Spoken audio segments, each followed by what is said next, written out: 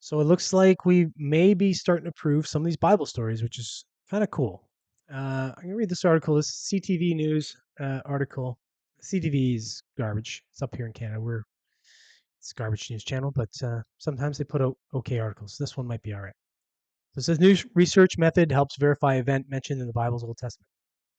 Using a new scientific method, researchers from four Israel universities help archaeologists corroborate an event described in the Old Testament of the Bible, the conquest of the Philistine city of Gath by Hazael, king of Aram. So if you're familiar at all with the Old Testament, you'll know what that means. I'm not exactly familiar with the Old Testament too much. I know a good amount about the New Testament, but the Old Testament's kind of it's a real dry read. So if you read the Bible, you'll know it's a pretty tough read. But this is cool.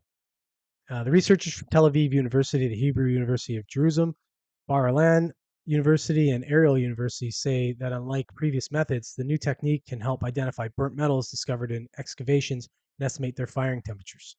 Our findings are very important for deciphering the intensity of the fire and scope of destruction at Gath, the largest and most powerful city in the land of Israel at the time, as well as understanding the building methods prevailing in that era, said Professor Aaron Muir of the Martin Department of Land of Israel Studies and Archaeology at Bar-Ilan University. So, so during the same era, dwellers of other lands such as Mesopotamia, were stone where stone was hard to come by, would fire mud bricks in kilns, a type of oven, to increase their strength and durability. This technique is mentioned in the story of the Tower of Babel in the book of Genesis. The new method relies on measuring the magnetic field recorded or locked in the brick as it burned and cooled down.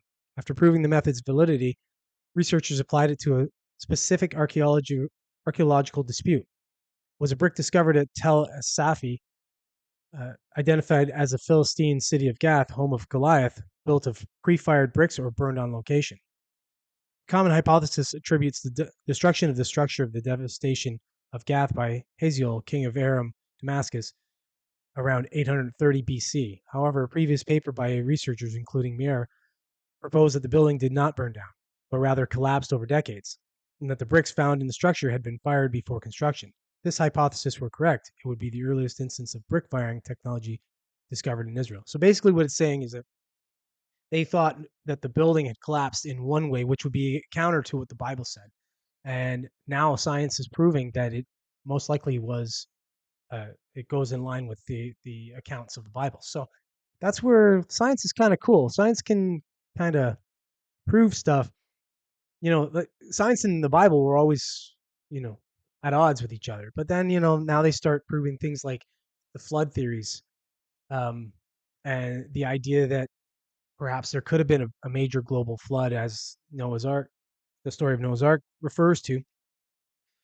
Even though when you hear a story like that, it sounds pretty, you know, it sounds silly. I mean, on all accounts, you're putting two different each animal in a big ark and floating on the water for 40 days, and it's it's a story that's you know a little cray cray. But if science is able to prove this kind of stuff, it's like each each little story that they're able to prove gives more and more credibility to the book, to the whole book itself, right? So that's why I'm happy about this. I'm happy that they're actually starting to prove these kinds of things and stuff. It's really quite neat. I'm not going to read the rest of this article. So it just goes into some more science end of it. I just gave you the summary anyway of it, so it's kind of pointless for me to read the rest. But let me know what you think in the comments. You